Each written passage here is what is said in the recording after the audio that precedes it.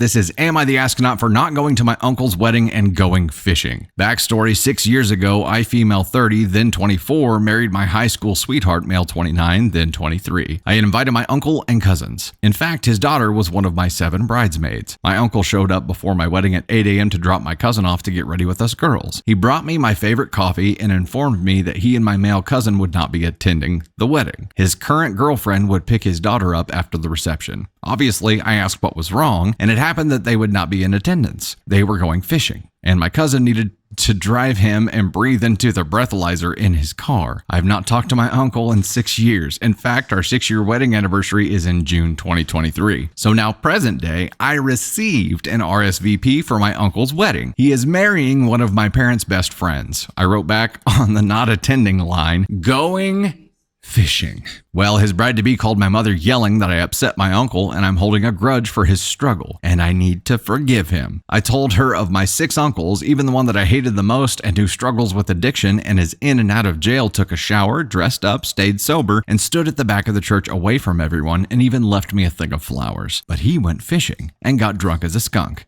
and made his barely 16-year-old with a learner permit drive him home. I wasn't mad, I'm not mad, but I haven't talked to him in 6 years. Why would I attend? In fact, I'm going to be watching my female's cousin's baby because she's 7 months pregnant and the baby will be 2 months old at the time of the wedding, so his daughter can go. Am I the astronaut? Wowza. I don't know. This is a tricky situation. So the question is, am I the asshole for not going to my uncle's wedding and going fishing? Are you actually going fishing, OP? You said you were going fishing. I think the real question here is, am I the asshole for not going to my uncle's wedding? No, that is not the asshole thing. Let's piece this out. Am I the asshole for not going to my uncle's wedding? No, not the asshole. You guys aren't in contact even. You haven't talked to him in 6 years, whatever. Don't go. Now, are you the asshole for writing going fishing on the RSVP not attending line? Maybe. It was unnecessary. You could have just not gone. Now you had, if you're looking at tit for tat here and what you have the right to do, and Candace and I discussed this gauge of, or basically this spectrum of appropriate responses with someone recently. And at the very bottom of that, I classified it as what you have the right to do. It's the minimum of the gauge based on what you have the right to do. And yes, you had the right to do this. You had the right to be shitty back because it was a very shitty thing that they did, but you didn't have to do that. That was them. That's the bottom of the appropriate responses because it's something you have the right to do. At the very top of it would be like you going above and beyond, right? So that would have been like you actually going to the wedding, you actually getting them something. Obviously, you're not doing that, but there's this whole realm of things that you can do in here between the bare minimum, what's acceptable based on what they did, and then going above and beyond.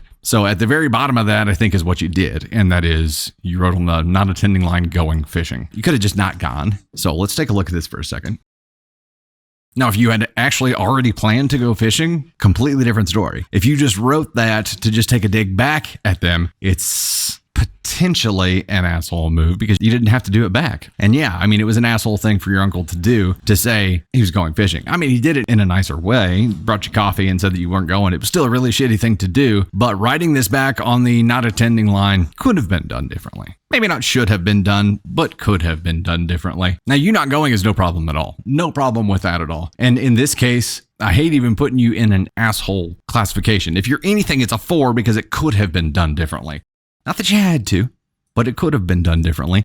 And I guess it all comes down to, like, if somebody treats you badly, would you reciprocate or would you just move on? I think that's what it comes down to, is what is in character for you. It could have been done differently. The dig wasn't necessary. It is acceptable because of the reciprocation. It's what he did to you back in the past, and you haven't seen him for 6 years. So not going is one issue, and not an asshole at all for that. It is, the message that you wrote on there that took the dig that is potentially problematic, and it could have been done differently. Not that it should have, but it could have.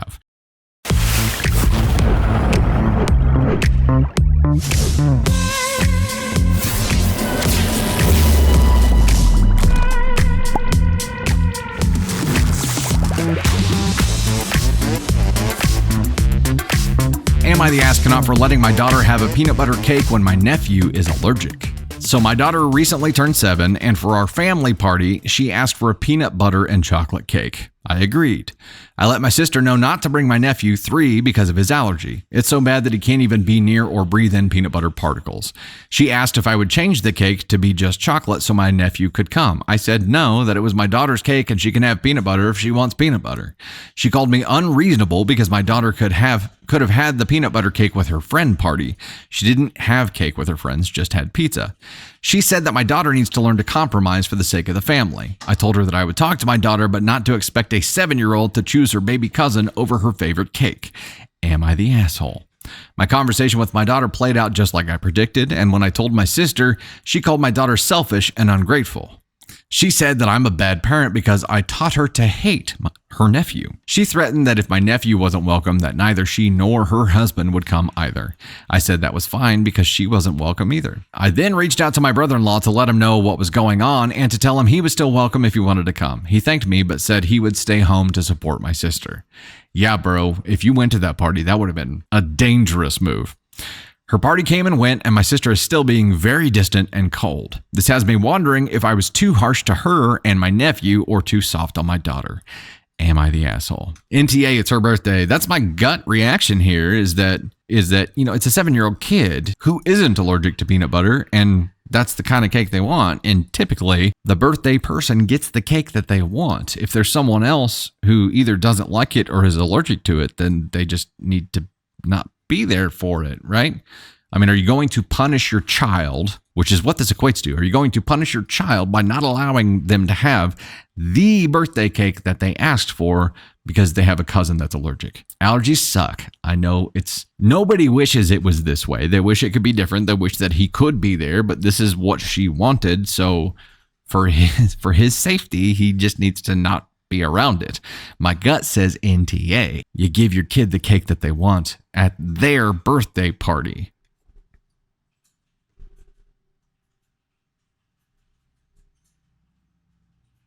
The kid would have taken this as I'm being punished because my cousin is allergic. There would have been a resentment built there that would have lasted for likely a long ass time.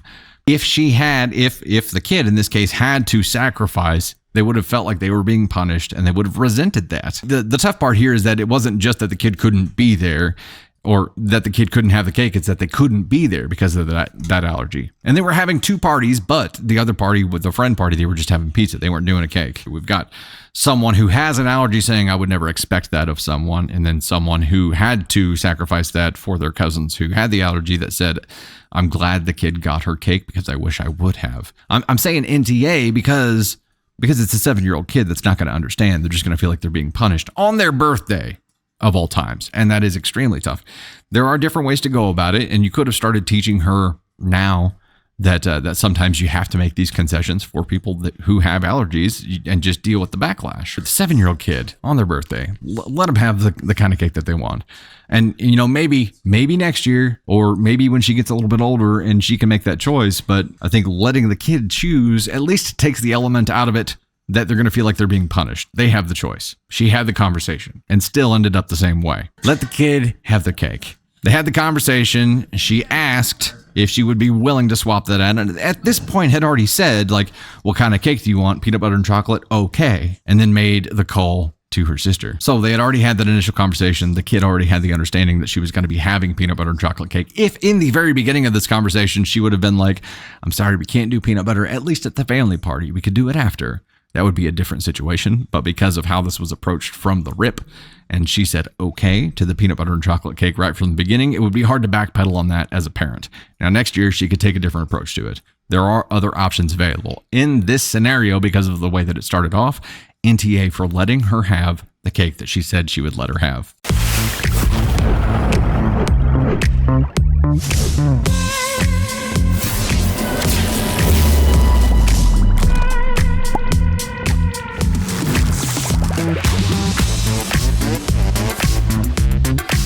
Am I the astronaut for not taking care of my boyfriend's dog? A while back, I posted on a Reddit throwaway account this story and was deemed not the a-hole. But against my better judgment, I decided to give the relationship another try, and now here I am once again wondering if I'm in the wrong. A bit of a recap. Previously, after 2 years of dating, my boyfriend, 28 male, and I, 29 female, moved in together into a 5th floor apartment in the city. It didn't have an elevator, I should add. He had his dog, 4 years old Pudge, and I had mine, 10 years old Ivar, which we brought with us. We had been taking care of them on our own separately until moving in together. At first, we had our routine. We'd go for a long morning walk before work. I'd come home on lunch to potty the dogs by myself. Then in the evening, we would go for another long walk together. 6 months later, boyfriend stopped walking the dogs with me altogether. He also stopped buying his dog food. Both dogs eat separate food, so I ended up buying both bags each month that cost between $60 to $80 a piece. It even went as far as taking and paying for his dog to see the vet after we had gone hiking. Pudge slipped down an embankment and we thought he broke his leg. I have pet insurance, so when we took him in, I covered the out-of-pocket costs of what insurance didn't. Boyfriend said since we lived together, there was no need to pay me back for any of it. I did confront him about all of this, and he said since he works a physical job and is tired from working so hard, once he's walked up the stairs, he won't walk back down. He also said since he makes more money and pays most of the bills, that I need to be grateful for what he does for us. Go ahead and fly them right now. I told him none of this was fair to me or his dog, but he just responded with, since I am doing it all with Ivar anyway, it shouldn't matter that I do the same for Pudge. I then refused to take Pudge out in the morning and evenings. Pudge would whine at the door when I left without him, and I felt really bad for leaving him. But for about a week after, boyfriend would come trudging down the stairs after me with Pudge in tow. So I thought my plan was working until the morning of the original post. When Ivar and I went out on our morning walk, and upon our return, boyfriend was walking out of the apartment with Pudge. He walked past me and didn't say a word. When I walked into the apartment, I saw Pudge had peed on the floor and hadn't been fed. I wasn't mad at the dog at all. It just made me really sad and angry with the boyfriend. After that, we argued some more and he told me his behavior wouldn't change. I ended up leaving him and moving back home for a while with both dogs. He didn't want the responsibility of taking care of Pudge anymore. So here we are currently. Boyfriend had a job change and he's moved back into the area. We started seeing one another again after he told me how much he missed me and the dogs. He bought a house that has a nice sized yard and wanted us to move back in with him. I've been here 3 weeks now. The dogs and I are settled in and everything has been pretty nice. Here is where I think I might be the asshole. He still hasn't apologized for how he behaved when we were living in the apartment. I'm holding on to this grudge. I won't let him take Pudge anywhere alone or even let him get into a normal routine with him. I know this is wrong because Pudge was his for 4 years, but he was forcibly given to me. He's been under my care for months, and I'm scared that boyfriend is going to try to pull the same crap as last time. We have talked about this, and he feels like he's done nothing wrong. Boop. He was under a lot of pressure at his last job that left him stressed and tired. He expected me, as his partner, to support him and pick up the slack. At the time, none of this was communicated to me, and it still feels like a poor excuse. Life doesn't stop just because things get tough. He wants to take Pudge back as his dog. He says we can go back to how it was before I left the first time. I told him no, and if anything goes sideways, Pudge will be staying with me. We've argued about it a couple of times now, but I am holding my ground. I'm not sure about our relationship. I think I was too swept up in the familiar emotions and jumped the gun to move back in with him. Am I the asshole for holding on to these feelings and not letting him take over full ownership of Pudge? I think Brozo here took the approach. When you are at least a married couple or in a relationship where you've gotten to the point where you're doing everything with a team approach, his expectation that she would pick up the slack for him is maybe got a little bit of validity to it, but it doesn't happen the way that he was trying to make it happen. It doesn't happen because you force it upon someone and you're like, I ain't doing it, you do it. That's not how teamwork goes. That's just shirking responsibility and shoving it onto someone else. That's not the teamwork approach that he was talking about that he thought would happen. And he didn't communicate back then either. If he wanted something like that to happen, it would have had to have been some communication to the effect of, hey, I'm getting my ass kicked by work right now. I straight up don't have the energy to go do the evening walk, which I'm sure he did. It was just, he just didn't want to. But if he would have communicated that and said, would you mind doing this? That would have been a different conversation. Instead of, as soon as I come up the stairs, I'm not coming back down. You're already doing it with one dog. Might as well do it with two. Maybe it wasn't how he said it. Maybe it was what he said. But he didn't communicate the way that he should have communicated if he wanted that teamwork approach to be able to help him out in this area. Now, the other side of it is, it was his dog. And that's a double-edged blade in this case because it's his dog. He should have been taking care of it They weren't married. They were just living together. He should have kept up the responsibility with it instead of being like, and then letting her take the dog, not letting her, forcing her to take the dog with her whenever she left.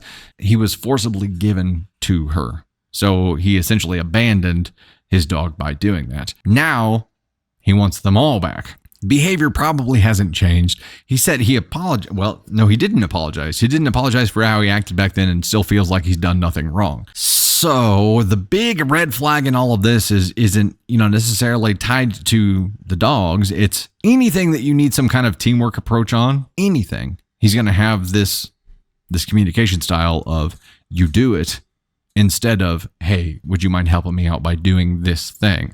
And he's using ammo of, I make more money, I pay for more things, so you should do these things.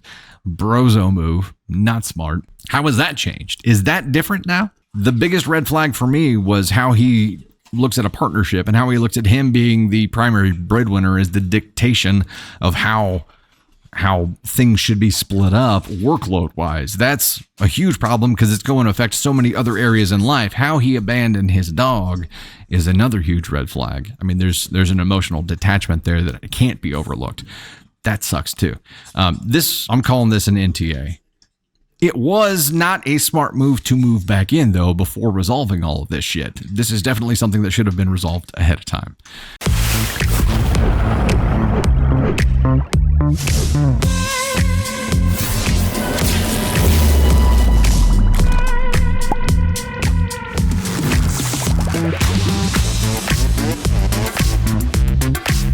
Am I the astronaut for refusing to replace something I broke? For context, I, 32-year-old female, recently broke up with my boyfriend, 32-year-old male. We dated for a little over a year, and while we did have some good times, also had a lot of problems in that time. During the course of the relationship, I did a lot to help my ex who experienced a lot of hardships while we were together. I would give money, and not small amounts, sometimes hundreds of dollars at a time, to help him with whatever was happening at the time, usually with the understanding that he would pay me back as soon as he was able. Unfortunately, this never happened, but there would almost always come about another problem that he needed money for. This even included allowing him to use a credit card of mine that I had recently paid off, which he quickly maxed out the $5,000 limit, still with promises of repayment. I was always happy to give because I loved him and genuinely wanted to help. This continued to be an issue though, because I asked that he, at the very least, make the monthly payment on the card since he is the one who created the balance, but he never seemed to be able to come through consistently, if at all. Things ended between us because I found out he had been seeing someone else and that this was actually the second time I had caught him cheating. When I ended things, I promptly packed up the few belongings he had left at my place for him to collect, including a clipper set, approximately worth $70, that he uses for personal grooming as well as sometimes cutting hair on the side for extra money. While packing his belongings, I accidentally dropped the bag the clippers were in and it turns out they were damaged. He informed me of this and I apologized, explaining that it was not done intentionally but was an accident. I felt he was trying to guilt trip me into replacing the clippers though, saying things like, "What are you going to do about this?" Even though I was still open to remaining friends, this made me pretty angry considering all the money he still owes me, so I informed him that I will not be replacing the clippers because he has a job and can do it himself. I have also told him that I will pay the credit card off myself and want no further contact with him. So, am I the asshole? Oh man. I feel like this is probably a thing that happens to a lot of people, specifically ladies, where they start dating a guy who tanks their credit. It's a recurring theme. It's something that happens a lot. What am I going to do? I'll deduct that little penance from the massive amount of money that you owe me. I'll take it off your tab, boy. This was a golden opportunity to deliver that line and be like, your new balance is this. And remember, he maxed out the $5,000 credit card in addition to being given hundreds of dollars at a time to fight whatever problem was going on. That's tough. You're definitely not the asshole for not replacing the thing that you broke. He's the asshole for not replacing the thing that he broke, which is trust. And it's not just the money. I mean, he cheated, which, dude, okay, what? Here, I'm going to rely on you to survive. Please give me money. I need to use your credit card. And by the way, I'm going to max it out. And then I'm going to cheat on you because clearly you have no boundaries. until after the fact. And if you're the asshole for anything, you're the asshole to yourself for not having those boundaries ahead of time, only after the fact. And hopefully this has changed, and now you would never do this thing again. And unfortunately, a lot of people go through this. It takes getting burned to create a boundary, but hopefully this never happens again. Hopefully you've learned and you never let people treat you like this again, because he just thought he could walk all over you in every way, every single way possible. It's a terrible situation to be in. This sucks. Definitely not the asshole. I'm sorry you ended up in this situation, and it sucks. Bad. Real bad. I'm surprised that you said that you would just pay the card off and want no further contact with him, though. I mean, I get he was never going to give you any money to pay it off anyway. I get that. But you could have taken him to small claims court or done something to at least recoup some of that. But apparently it was worth it to you to just take that on and just have a clean break. That sucks. I'm sorry.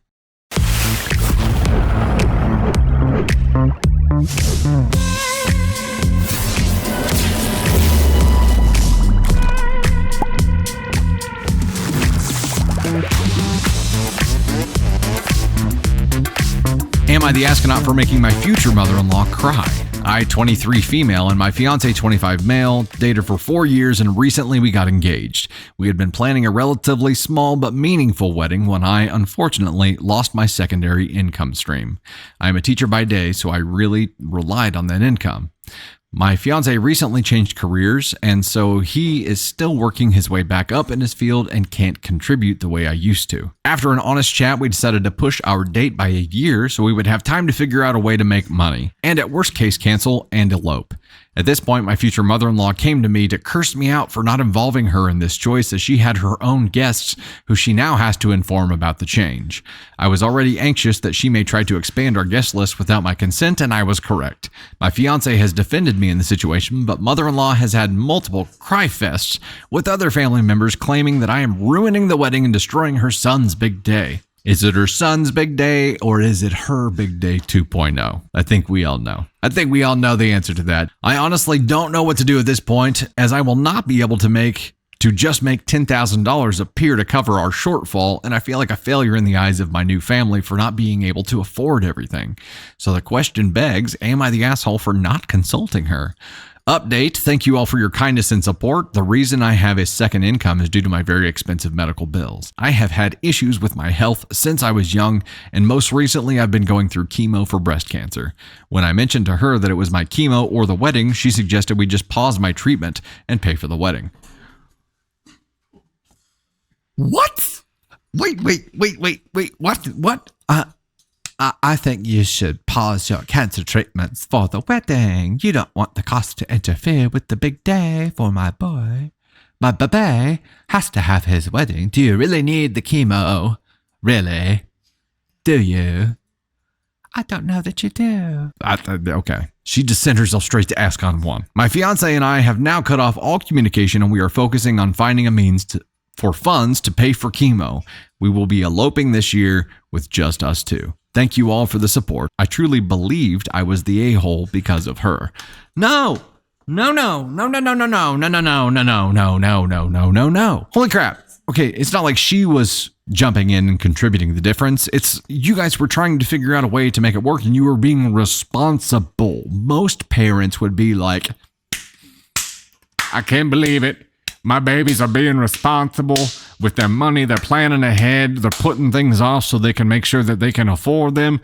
But hell no. Mother-in-law in this case is like, I'm going to look so dumb to my friends because I'm going to have to go back and tell them that the party's moving, if not canceled, because his fiance can't afford it. She has to pay for her gosh heckin' chemo. What a see you next Tuesday. Straight to ASCON 1 with her. Let's talk about OP first. OP. Am I the asshole for making my future mother-in-law cry? No. And you should probably do it more often because she probably needs to experience enough pain to create some change.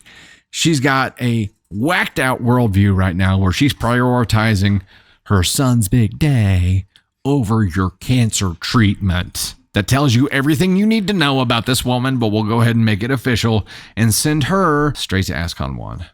Straight to ASCON 1 with you, mother-in-law. What in the hell? First of all, nobody buys that your looking out for your son's big day. This is a party for you where you get to show off in front of your friends. There was no mention of you contributing to this wedding at all, which makes it a little bit confusing, but it's like you're just so worried about how you look to other people that your brain is just cross-wired and there's just smoke coming from your ears and your hair because you're not thinking clearly. Someone's well-being and their ability to receive medical treatment trumps a party. Definitely should, but pretty sure you were only thinking about yourself in this case. Mumsy. And I'm glad they've gone no contact with you. And I hope walking that to your friends. I'm sure the story mother-in-law cooked up for this is a whopper too. So she doesn't have to look bad to all of her friends. I'm sure she's cooked up a whale of a tale. No, this mother-in-law needs to cry a lot more. I mean, look, her fiance is with her in this, not with Mumsy. But I see your point that you're going to be tied to this no matter what. However, hopefully you love the person that you're marrying enough to overcome that. Right. And as long as he stays no contact and if they got married and immediately he was like, oh, my mom's back in our lives. We're married. What are you going to do? That would be a really shitty situation. And it's a possibility, but she's got to trust him there.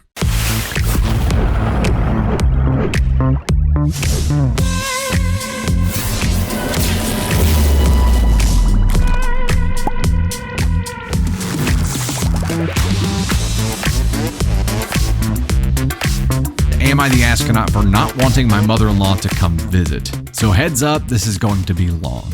I had a baby in December. I had to have an emergency C-section, but both the baby and I are doing great.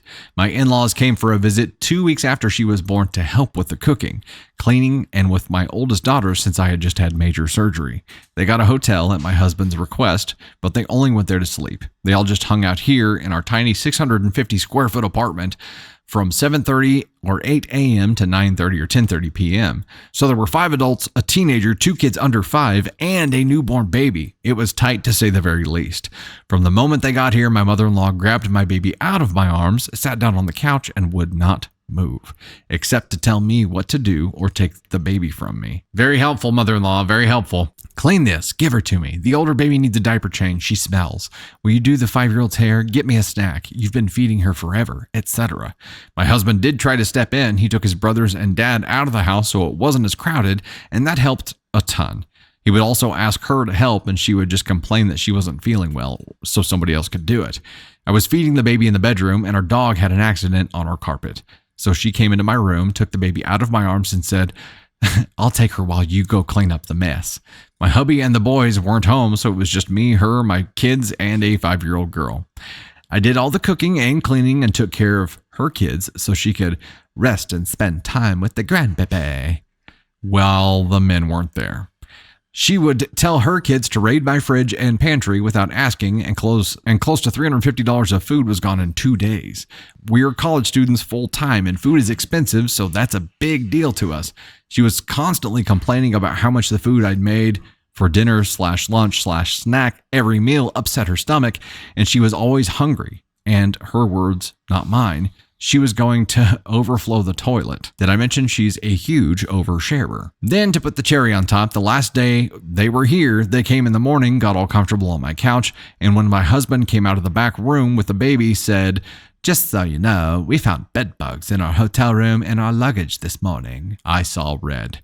I was so mad I couldn't say a word. I just took the baby into the bedroom and fed her until they left. Then I spent the rest of the day looking for bed bugs and cleaning everything top to bottom. Since then, sadly, she's been diagnosed with cancer, but she has been responding well to treatments and her prognosis is really good. Now they're wanting to come up and visit us again. And I feel like an asshole because I am dreading seeing her and repeating that whole experience. I don't want to be rude. I just don't want to spend that much time with her. Am I the asshole? The question is, am I the astronaut for not wanting my mother-in-law to come visit? She doesn't really come visit though, right? She comes over and does a hostile takeover. If it was visiting, that would be one thing, but that's not what's happening. She's coming over and not helping with the things that she's supposed to be helping with. She was supposed to be helping with everything not baby related, and instead done what we've seen so many mothers-in-law do in stories and just jumps in and steals the baby from you, which why the hell did you let that happen? And just proceeds to boss you around about everything else, which is the last thing that needed to happen. A boundary here to say, no, I've got her. I need your help with XYZ would have been good. Now, Boundaries with a mother-in-law, I'm sure, are difficult to create, but you got to do it because, look, they want to come back. And her understanding of the situation right now is she's got no boundaries. I can railroad her. I can do whatever the hell I want. I can boss her around. I can just go hold the baby the whole time. You've got to create boundaries at some point here. You are not the asshole for not wanting your mother-in-law to come visit. And again, that's a feeling. Your feeling is not wanting that to happen. You can't be an asshole for feeling something. You can only potentially be an asshole for acting on that in a certain way. So in this case, you cannot want her to come and say no, or you can say yes, but only if XYZ, and get a mutual understanding of the boundaries before you agree to have them there, which may be the play here. Or say yes, and when they arrive, make sure you have your boundaries up and your shields up right then, because she's going to do everything she can to tear them down. You're not the asshole for feeling this. You have some options about what to do with it, though. And I really feel like the smart play would be like, sure, if you agree to do this, or you agree to not do these things, because they were not helpful at all. In fact, I was trying to recover from a serious surgery, and you made it harder for me. You actually did more harm than good. And you may have to explain that in order to convey the need for these boundaries, but you're going to have to create boundaries one way or another. There's no way to not do this. You got to do it. So, not the asshole, but got to get those boundaries in place. The husband needs to step up too and defend you as well. Agreed. And I mean, the one thing that he did here, we didn't talk about him at all. The one thing that he did was try to get the rest of the guys away to free up some space there, which was a little bit helpful. But when it's time to convey those boundaries to his mom, you are going to need his help.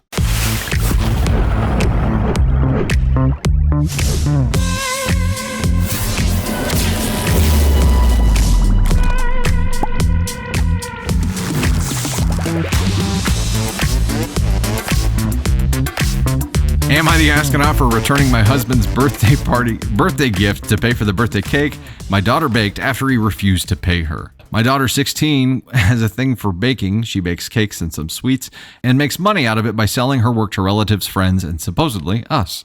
My husband, her stepdad, his 40th birthday took place days ago. He asked my daughter to bake him the birthday cake and she agreed. I told him about paying her, to which he responded with, "Pay her? Get out of here. I'm her dad." I insisted, seeing how she's a yes person and a people pleaser, so won't outright demand the money from him. He said he'd pay, but days went by and he didn't pay her a cent. I decided to go ahead and sell the wristwatch I bought him as a birthday gift and pay her for it. He found out and went off on me. I told him he had enough time and he should have paid her even before he received the cake.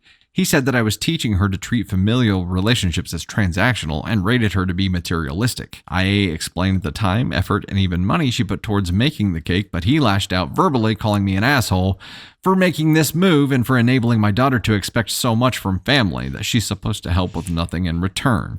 He's furious and told almost the whole family about how I took back his birthday gift and returned it. I got enough shame from family members to begin thinking that I might be an asshole for how I dealt with this.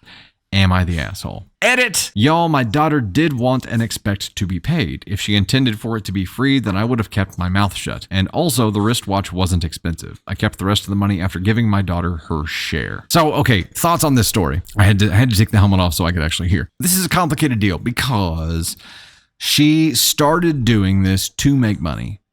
She started doing this with the understanding that she was doing it for other people, selling it to them to make money. So there was an understanding up front that she would be doing this for money. She was buying ingredients herself. She was putting in the time. It's her side hustle. He knows that it's her side hustle and thought, what, just because I'm her dad, I don't have to honor that, even though she's spending her own money to do this, which would be fine if it was communicated ahead of time, because you've got a deviation from the norm. Every other family member paid her to do it because they want to support her side hustle, right? It's as much about her as it is the person that she's doing this for. And I'm sure she puts extra love and care into it beyond what she's being paid for it. The other side of this is that if it's a true side hustle and she wants to be paid for it, she probably needs to learn to do some kind of invoicing system for this, right? I mean, if it's a true side hustle and she wants to make money doing this and grow this and make it become a thing, she probably needs to come up with some kind of formal system for this. But the understanding of this side hustle was that she was doing it to make money. That's why family members were having her do it. This is just it's a tricky one because I understand kind of where dad's coming from, but the precedent had been set that she was doing this for money, and that's the only reason she's doing it. She didn't start doing this because she, wants to bake a cake for everybody in the world. She started doing this because she wanted to do something she enjoyed and make money at it. She needed a side hustle, and that's what she started doing. He asked her, and he knew beforehand that she was doing this to make money. Now, I don't know that mom stepping in was the play. I don't know that mom stepping, but he agreed to pay her. That's the kicker here. So he said, you should pay her. This is her job. This is what she's doing to make money. And at first he bucked against it, but then he said he would do it. There's the kicker. He said he would do it. Now, also, life's busy. I don't know how much time did she let go by before she took his birthday gift back to pay her. You know what? Okay, so mom stepping in and doing what she did, the daughter would have let this go, wouldn't have said a word about it because it's her dad. I think it kind of seems like she was taking donations for this, not necessarily like you owe me X amount of dollars for doing this thing. It's I will do this thing for you if you want to donate to the cause so that I can keep doing this. Cool. It seems like that was the arrangement going on here. I don't know that for sure, but she would have not said a word about it, and it probably wouldn't have been a big deal for her. She would have just been like, well, yeah, you win a donation on some, you lose some. Mom stepping in and doing what she did was probably stepping over the line. And even, if anything, should have maybe talked to the daughter and said, hey, if you want to be paid for this, you need to talk to your dad about it or your stepdad about it. Instead, she took his gift back. There were different paths available for her. He had enough time to take care of it. There were different paths available for it. She could have just kept riding his ass about it until he finally got it done, or she could have cut the daughter a check on their behalf. Taking the gift back in order to get the funds from that was a statement, right? That was a middle finger statement. This is a blended family too, so it's extra tough and delicate. It's very tough. And you know what? I think where we're at is here. I think we're at an everyone sucks here. I really think we are. Everyone sucks except for the 16-year-old daughter, because she wouldn't have said jack about it. She would have just done it and been happy to do it and been like, yeah, whatever. Now, there was the edit down here and she said that y'all, my daughter did want and expect to be paid. So she expected to be paid for it because that was the precedent. The precedent had been set for that. Now, she wouldn't have said anything if he didn't end up doing it. So that's why I'm saying she's not the asshole here, because she would have let it slide. Mom took a statement approach to this and gave dad the middle finger. Dad let it drag on for too long.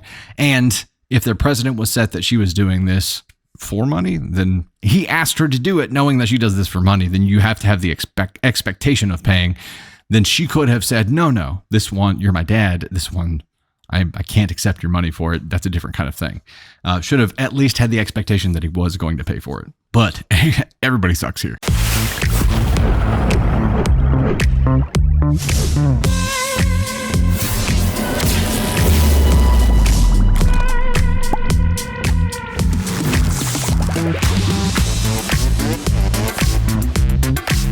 Am I the astronaut for not making my brother and his fiance a wedding cake after they refused to pay me? I, 25, love to bake. It's a big passion of mine and something I love to do as a hobby in my free time. I have an Instagram account that I use to show off my work, which is mainly the cakes I bake and decorate. I make these cakes for family and friends for birthdays or special occasions, Christmas, Easter, etc. I never charge for these cakes, but I'm always compensated in some way by my family and friends. They'll usually gift me money or a gift card to my favorite restaurants or make me a dish in return as a thank you. It's like the 16-year-old girl from the last story has grown up. And here she is. My younger brother, 23 male, and his fiance, 23 female, were planning their wedding and asked me a few months in advance if I'd be able to make their cake for them. This would be my biggest order yet. They wanted a 3-layer cake. Wedding was 75 people, and the flavor of strawberry shortcake as it's their favorite. I was hesitant at first, but agreed to make the cake under the condition that I was compensated for it. I explained to them that it was the biggest order I've ever had, and it was going to take up a lot of my time, labor, and be costly. I gave them a very fair price for a cake of that caliber. They agreed. I also made it clear that I wanted to be paid before the wedding. I provided them multiple sketches of what the cake would look like, made a practice batch of the actual cake so that they could sample, and they loved the cake and approved of everything. Fast forward to last week, 6 days before the wedding. I contacted my brother for my payment as I was going to get started on buying the rest of the ingredients for the cake, minus the strawberries. I was going to do that closer to the date so they could be fresh. He ensured me he'd drop off my check the next day. Next day came, brother went MIA, day and no check arrived. So I tried to contact him again. Next day came, no check again. I offered to drive to their house and pick up the check. They made an excuse that it didn't work with their schedules. So the day before the wedding, I contacted both my brother and his fiance asking again. They blew up on me, telling me that I'm a selfish bitch for charging them when I don't charge the rest of my family, and that they refused to pay, but demanded me to make the cake. What? I said no and explained my terms again. They called me a selfish asshole and said I better make the damn cake. I again said no. So the day of the wedding, I decided not to attend due to the amount of disrespect they showed me. Well, my brother, his fiance, and her family are now blowing up my phone, sending me all kinds of nasty messages. My family are trying to stay out of it, but don't think I should have screwed them like that. Am I the asshole for not making the cake after they refused to pay? Info, I was charging them $400. They would have had to pay any business to do this, and she explained ahead of time, yes, she does cakes without a payment required for other family members that are much smaller projects. This was going to be a massive project, which is why it was going to cost actual money. Also, everyone else that she did a cake for compensated her in some way. It wasn't going to be free, no matter what. You know what I mean? A $400 for a 3-tier cake for 75 people is probably a pretty damn good deal. And they sampled it and loved it. She did a practice run on it. Like she's got a lot of time and cost into this. She's going to need the money to make the cake. She's got to go get all the ingredients. It's not like she just like snaps her fingers and goes out to the garden and gets all of her cake materials from it. It's not like that. Here's something that we have to think about. To this point, she had only done unpaid projects. This was going to be her biggest one yet. If she was doing wedding cakes as an official gig, this is a side passion project for her. She does this for fun. What she ended up doing for people, they compensate her somehow for. If this was an official small business, I'd say, yeah, this is like a FreshBooks kind of thing. You need some kind of signed agreement up front. You need some kind of formal payment system in place up front, 50% down, 50% like within a week, or 50% due a week before the actual event, some kind of structure like that. And if she was going into actual business for this, it would probably be, she'd probably get to that point. In this case, it was just the biggest one yet. It's the first thing that she's tackled like this, and she had to have that money up front to be able to have the materials to even make cake. So they're like, no, we're not paying you, make the cake. And she's like, how exactly would you like me to do that? You snap my fingers. You want me to go in the hole making this cake? You want me to invest all this time and for me to just pay for all the materials and receive no compensation for it whatsoever? And then want me to go to your wedding and sit there and pretend like I'm happy about it too? No thanks. That, they agreed to pay up front and then they reneged on it. And that is not okay. They knew that what they were doing was wrong. They knew what they were doing was wrong. And I wonder what they told the rest of the family, because if the rest of the family is as pissed as they are, I'm guessing that there was no cake at the wedding. And you know what? Weddings get expensive. They could have had a lot of runaway expenses that ate into the funds that they had set aside for this cake and just couldn't pull it off. And if that's the case, like, say that up front. And I'm guessing that OP would have been like, hey, I get it. But I'm guessing that you guys are going to get some money as wedding gifts. Like, just write, I need a written guarantee for you that, like the day after the wedding, you will pay, or 1 week after, or whatever it is. I'm sure she would have been understanding if it was some kind of good reason for it, but that wasn't the case here. They were just shitty about it. And then afterwards, got the whole family to be shitty as well. Well, that's going to solve your problems. It's not going to make a cake appear on your wedding day. They just didn't want it to be their fault to all these other people. So they had to project that blame onto someone else. You ain't going to pay. You ain't going to get no cake.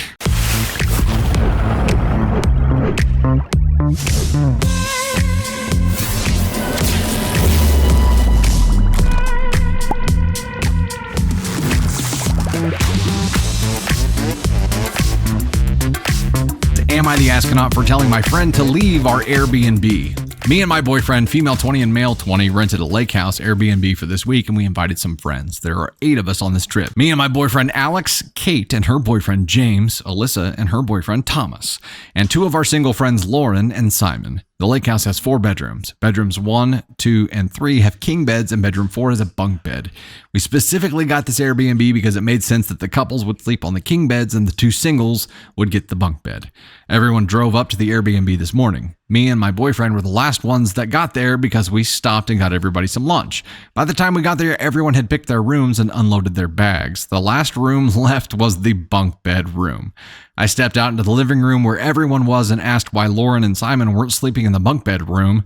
Lauren said the king bed was more comfortable. Me and Simon don't want to sleep on the bunk bed. I said, that's not really fair. The other couples all get a king bed. The bunk bed was specifically for you guys, so please just move your stuff.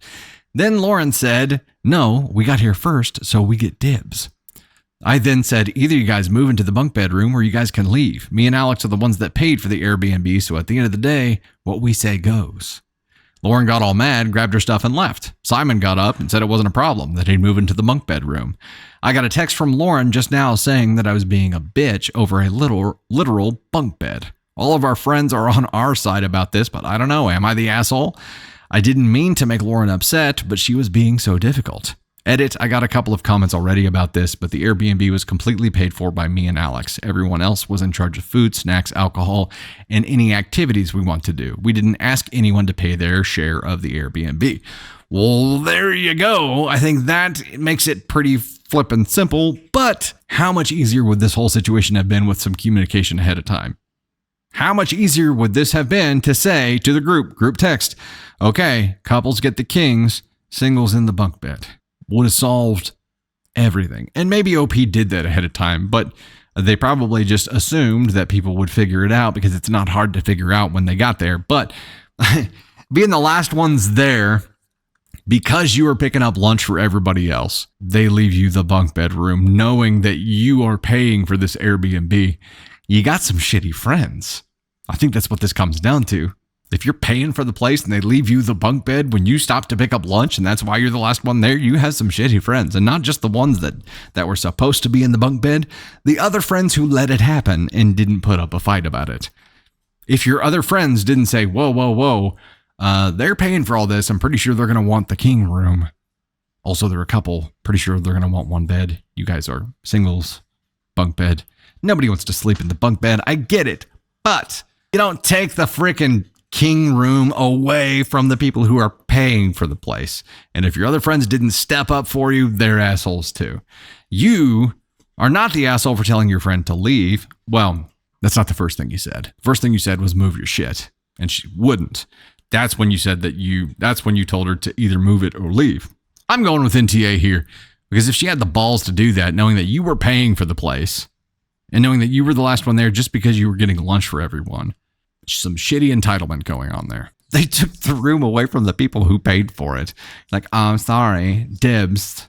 Where's my lunch? The other friend's not sticking up for this. I have a big problem with. Maybe they were just waiting till they got there to talk to them about it. But OP jumped on it first thing there. Yeah, NTA for that one.